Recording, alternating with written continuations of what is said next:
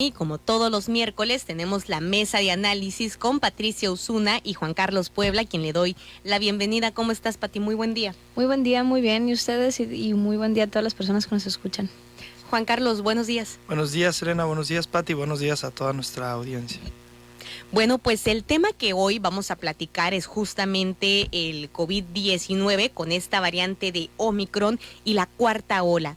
Hemos visto actualmente, ustedes no me dejarán mentir, memes, publicaciones, noticias falsas, noticias verdaderas, pero lo que sí es verdad es que pues actualmente el tema de conversación es justamente el COVID-19, porque todos, absolutamente todos, tenemos a una persona cercana que conocemos, algún conocido o conocida, que pues se ha infectado en los últimos días después de las fiestas decembrina de COVID-19. Entonces, pues podemos decir que esta ola no es un mito, aunque también es verdad que pues la letalidad es bastante baja, como fue a inicios de la pandemia. Inicio contigo, Juan Carlos. ¿Cómo ves esta cuarta ola de la variante de Omicron? Pues a mí me impresiona ver que puede ser el virus que más se propaga en la historia de la humanidad. Esta variante pues es la más contagiosa que se ha tenido, y eso está haciendo que todos los países rompan, por decirlo de una forma, pues su máximo de contagios que habían tenido, ¿no? En Estados Unidos ya pasó, en México pues el lunes fueron 135,000 mexicanos contagiados, venimos de las fiestas decembrinas también, que eso es una realidad que con poca ventilación y también con la confianza de que había bajado la variante Delta, que esa era más letal, menos contagiosa, pues la gente pues festejó, y también el cansancio, ¿no? O sea, vamos para 2 años de pandemia en marzo. Eso ha generado eso generó, pienso, las condiciones para que pues se expandiera más Omicron, para que la gente no está dispuesta a volver a un encierro total como fue al principio.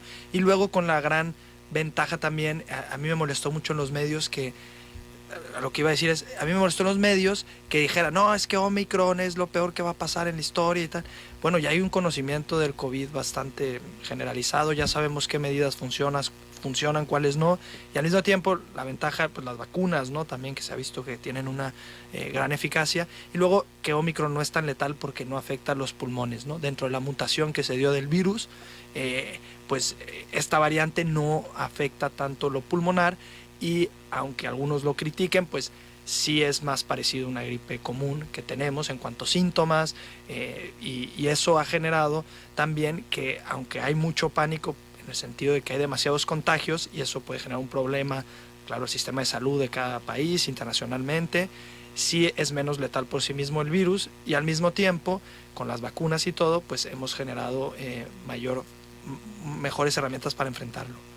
Sí, porque sabemos, es evidente, ¿no? El tema del COVID-19 ha sido un problema de salud a nivel mundial. Sin embargo, también ha sido un problema político, porque ha afectado la política en todas partes. Y lo vemos tan sencillo como con nuestros vecinos del norte, ¿no? Aquí en México se hablan de narrativas, los líderes de opinión incluso hablan y asustan a la población sobre el COVID-19, que el gobierno no está haciendo las cosas bien, que no hay medidas suficientes, que no están cerrando los establecimientos. O sea, generan un ambiente de pánico que a la hora que vas a Estados Unidos, y me tocó ir en semanas pasadas, allá las personas están sumamente despreocupadas. No hay ni siquiera toma de temperatura ni gel antibacterial en las entradas. Las personas andan adentro de los establecimientos sin cubrebocas. O sea, dentro del establecimiento. Una cosa es en la calle. Sí. Pero bueno, en México se está tratando de generar una especie de pánico que vemos que en otros países pues ni siquiera están asustados en ese sentido, ¿no? Sí, de hecho es una situación muy curiosa la que está viviendo México, porque no sé si les ha tocado, tanto a quienes escuchan como a ustedes, escuchar o leer acerca de todas estas protestas que están sucediendo en diferentes partes del mundo, Alemania, Austria, Estados Unidos, obviamente con este movimiento de los anti-vaxxers, ¿no? O sea, los antivacunas, que curiosamente, y por una diversa cantidad de factores, principalmente sociales, culturales y políticos en México, no tenemos un movimiento tan fuerte, porque existen, por supuesto, este tipo de ideologías y este tipo de pensamientos y posiciones, pero no existe en sí un movimiento político que haga marchas, que realice marchas, protestas en contra del uso de cubrebocas o en contra del uso de vacunas, porque sí lo hay. Sí, sí. Hay gente que no se está vacunando por cuestiones religiosas, por cuestiones ideológicas, y muchas veces pues obviamente un cierto nivel de ignorancia sobre el tema de salud, pero no tenemos en México en sí un movimiento tan fuerte. ¿Por qué? Porque la oposición del gobierno no está adoptando o no adoptó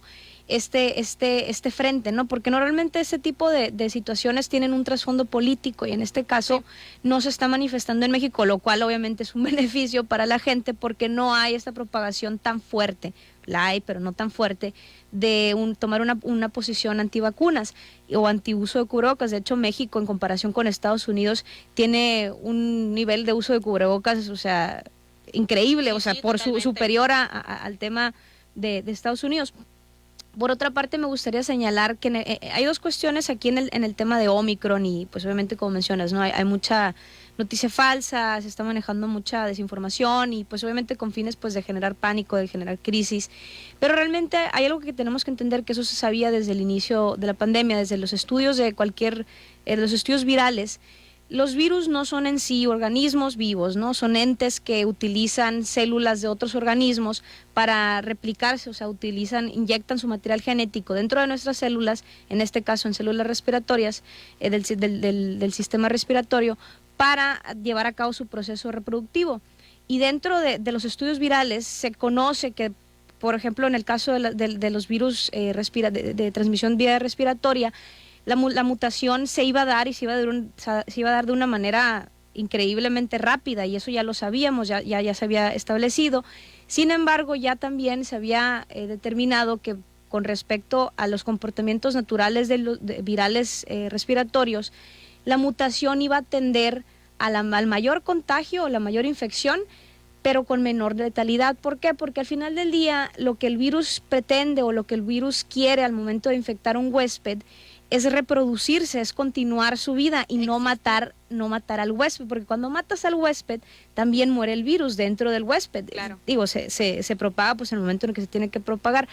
Pero esa es la tendencia de los virus y eso es lo que está sucediendo ahorita con Omicron.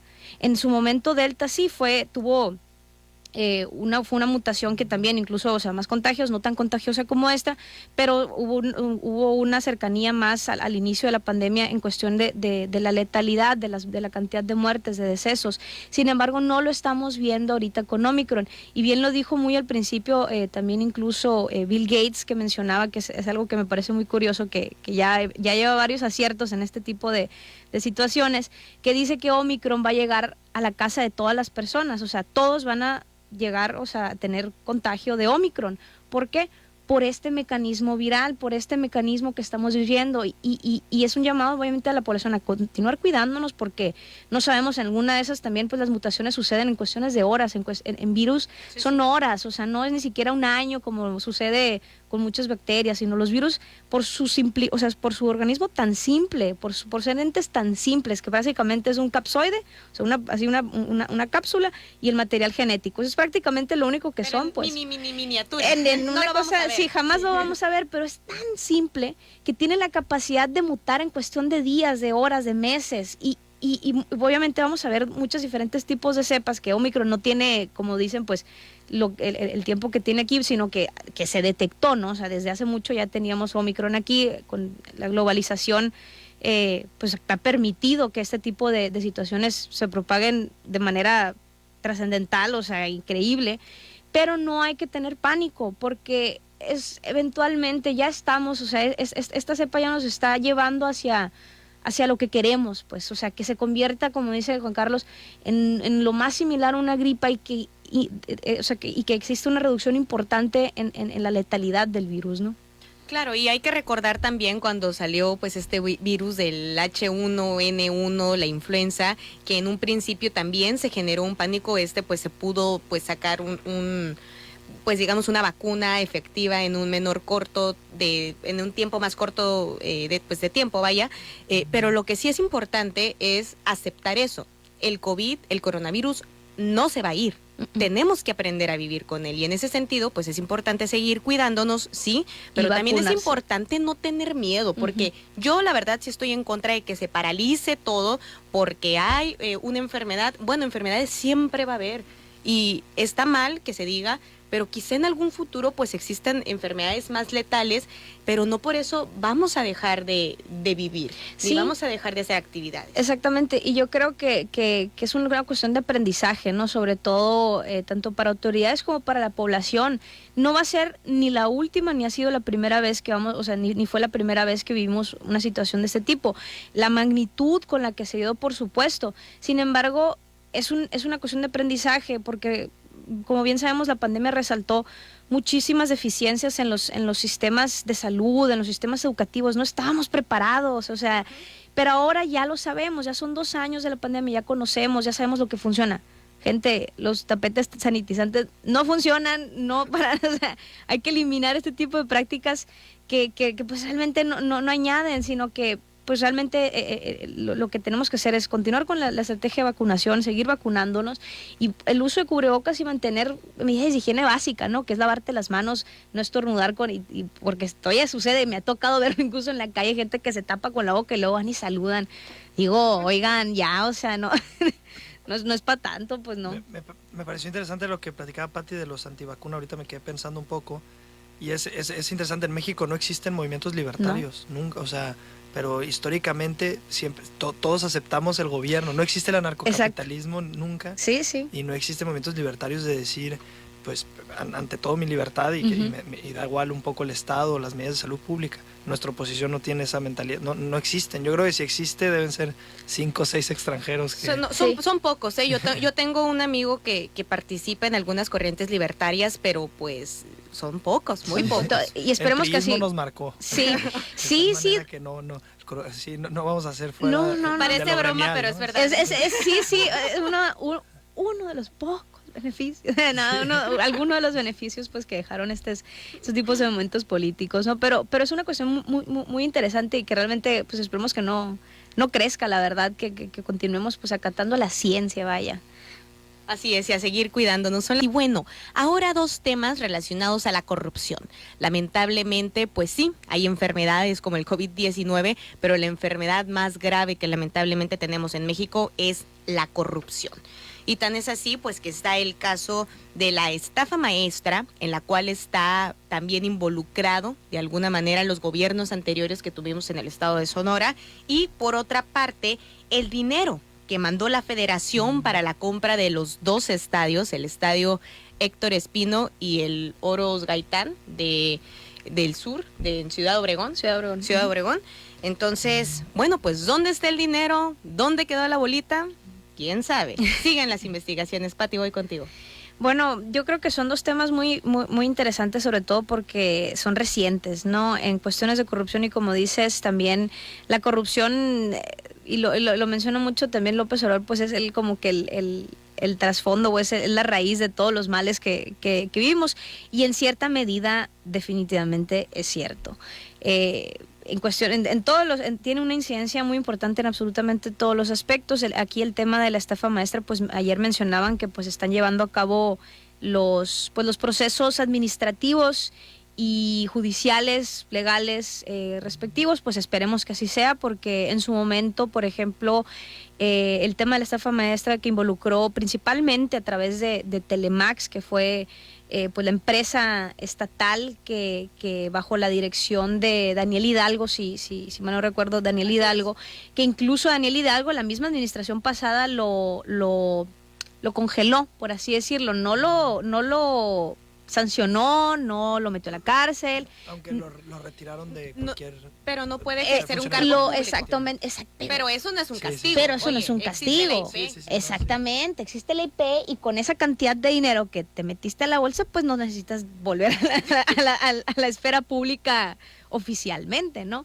Y sobre todo, pues por el hecho de la cantidad de dinero y el tema de que, o sea, que fue algo que sonó a nivel internacional, o sea, nos puso a Sonora en el radar a nivel internacional por el grado de corrupción, que esperemos que se resuelva, que no, obviamente por razones extremadamente obvias, la administración pasada no resolvió, sino por una cuestión meramente pues de percepción decidió congelar a Daniel Hidalgo de funciones públicas. Sin embargo, no hizo ni empezó ningún tipo de investigación ni nada por el estilo. ¿Por qué? Porque pues fue una red que involucró a muchísimos funcionarios, no solamente a él, sino que muchísimos funcionarios y funcionarias dentro de la administración pública estatal. Y por otra parte, está el tema que mencionas de los 2 estadios que compró la Federación para hacer estas escuelas de béisbol. Y para supuestamente ayudar al ISTESON. Supuestamente para ayudar al ISTESON, que era como que el acuerdo que hicieron la exgobernadora Claudia Pavlovich con el presidente, que este dinero de la compra, pues realmente era para ayudar al Estado para saldar la deuda del ISTESON. Y ahora vemos un ISTESON que está en la ruina. O sea, y realmente... Oigan, ¿dónde? O sea, no son 10 pesos, pues que a veces se te van de, ay, pues se me perdieron el zapato. ¿Dónde quedó la feria? ¿Dónde quedó, o sea, dónde quedaron estos millones de pesos perdidos? ¿Dónde están? ¿Quién se los llevó? No puede ser que simplemente hayan desaparecido de la faz de la tierra cuando tenemos sistemas, pues, fiscales de auditorías, tenemos... incluso pues este tema de transacciones digitales que podemos estar prácticamente rastreando el dinero por donde sea. ¿Dónde está este dinero? ¿Qué hicieron con este dinero? También el presupuesto que les aprobó el Congreso supuestamente era para el ISTESON. Exactamente. Y tampoco nunca llegó. Y yo creo que, o sea, es así como que el descaro, ¿no? O sea, realmente no tienen cara personajes de la administración pasada, la misma exgobernadora, o sea, de decir que hicieron las cosas bien y ya, o sea, es tan obvio que dices, pues es tan obvio, pues esperemos que por tanta obviedad pues encontremos el paradero de este dinero y el mecanismo que utilizaron para desviar estos recursos, para incluso implementar, que es algo que ha faltado mucho en Sonora, de tener mecanismos de prevención para atender este tipo de mecanismos de desvío, es decir... Pero que realmente funcionen. Que realmente sí teníamos algunas... el ISAF, por ejemplo, el ISAF, ¿no? La Fiscalía Anticorrupción también, pero pues es más lo que nos costaban como ciudadanos que los resultados que realmente arrojaban. Voy contigo, Juan Carlos. A mí me parece interesante pensar en el término estafa maestra, ¿no? Cuando salió por aquella investigación increíble de Animal Político, encabezada pues, por Daniel Moreno, que lo que encontró es todas las redes de corrupción del sexenio de Enrique Peña Nieto a través de instituciones, sobre todo públicas o gubernamentales, ¿no? A través de universidades, ¿no? Y le doy tanto dinero a la universidad me acuerdo que está involucrada por ahí, de Michoacán, ¿no? Entonces, para investigaciones de tema de biología, ¿no? O química o lo que sea en los laboratorios, y realmente la investigación nunca se hacía y ese dinero se recibía y se decía que la investigación se hacía o el laboratorio, lo que sea.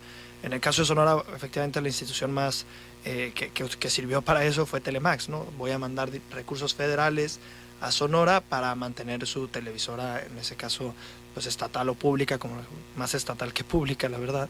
Entonces ya pues se mandaba el dinero y luego tú ese dinero de alguna forma te quedabas una parte y regresaba a federal, pero ya eso es el lavado de dinero, ¿no? Meter el dinero de alguna forma para luego poderlo utilizar, ¿no?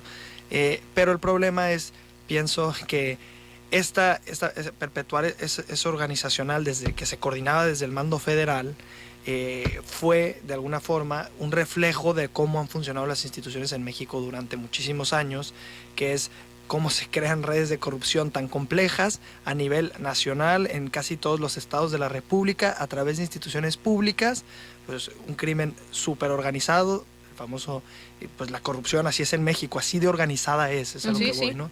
Y luego ya en el caso de los estadios, es interesante utilizar el término estafa maestra, pero me parece que es un error porque equiparas a una de las redes de corrupción que venían desde el nivel federal más grandes de la historia del país, que son un reflejo de cómo ha funcionado la corrupción siempre, simplemente que ahora, gracias a que hay más libertad de prensa desde hace unos 12, 20 años, ¿no? Desde la transición democrática, y hay más independencia de los medios de comunicación, y se puede investigar más, y lo que sea, pues pudimos enterarnos de cómo funcionaba gracias a Animal Político. Porque de cuántas no nos hemos enterado. Y de cuántos años, o sea, yo no sé cómo funcionaba en los 70, pero nadie hablaba, ¿no? Y seguro era incluso más cínico y descarado, ¿no?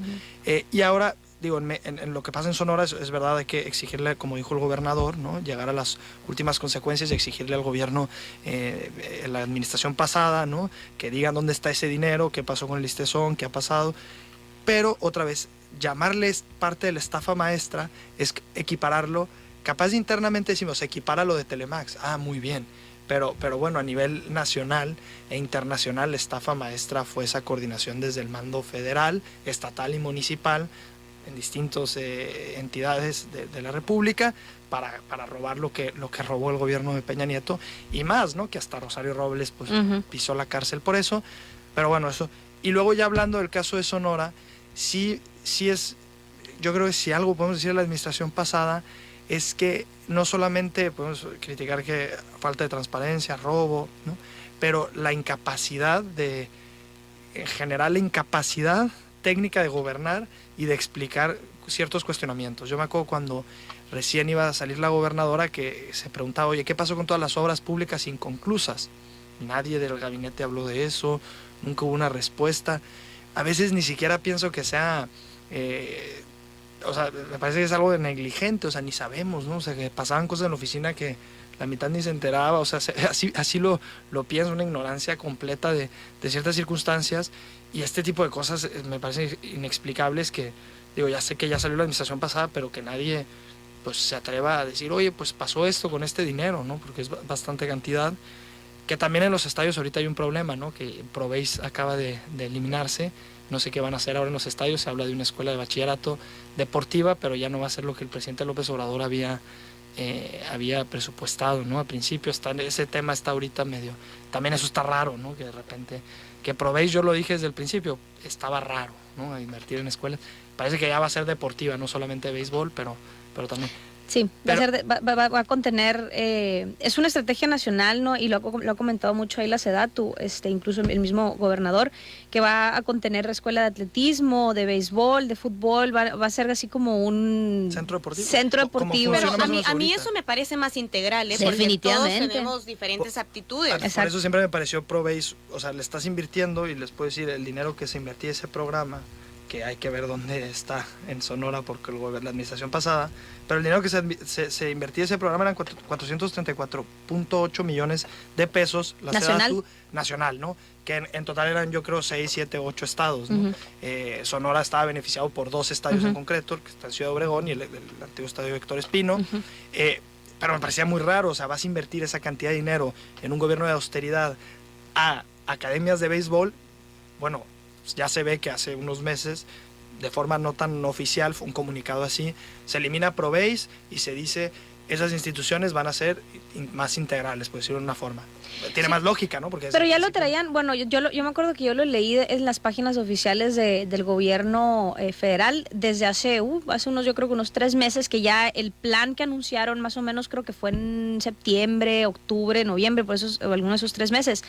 Ya habían anunciado cuál iba a ser el mecanismo, que iba a estar en conjunto con la SEC, que estaban trabajando con esto, con pero ya era un centro integral, deportivo integral, ¿no? Incluso va a tener un gimnasio de uso público y pues, o sea, es otro concepto que yo lo veo mucho más beneficioso, sí. O sea... Y qué bueno que estudiaron eso. Sí. O sea, yo personalmente, ni modo, lo voy a decir, es mi opinión, y creo que el presidente es fan del béisbol y dijo, academias de béisbol y vamos a invertirle esto y tal.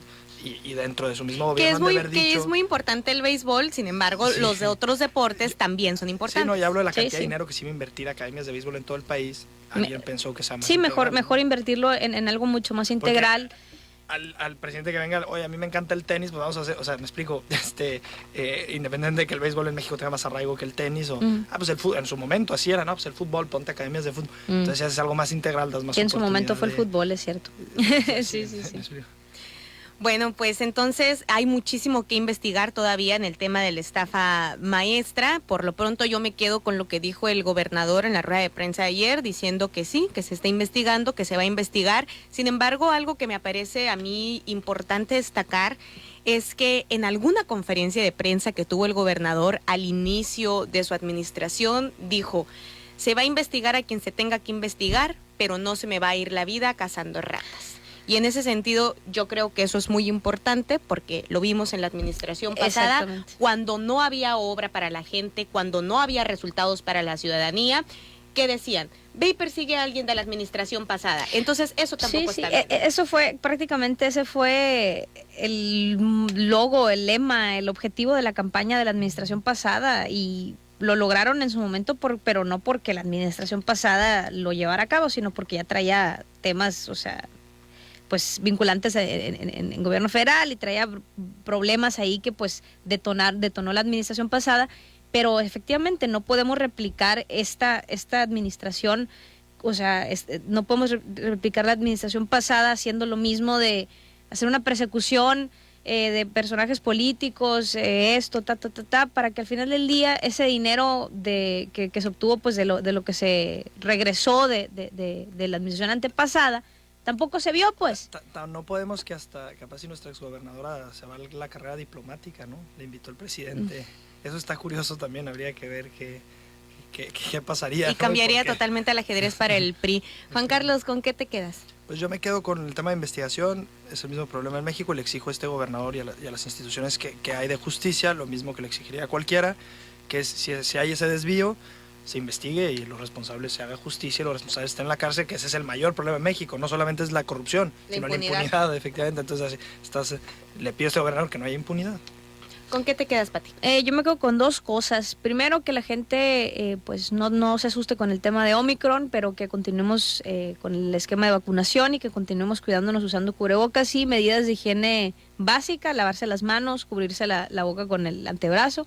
Y por otra parte, en cuestiones de la estafa maestra y de las investigaciones que esté llevando a cabo el gobierno del estado, pues yo creo que es muy importante también pues que se le dé seguimiento adecuado, que nosotros como ciudadanía pues también empecemos a tener una cultura de denuncia. Yo creo que eso es algo que nosotros como ciudadanos nos corresponde, que es lo que nos toca, y que no tengamos miedo a denunciar posibles actos de corrupción y combatir con ello la impunidad.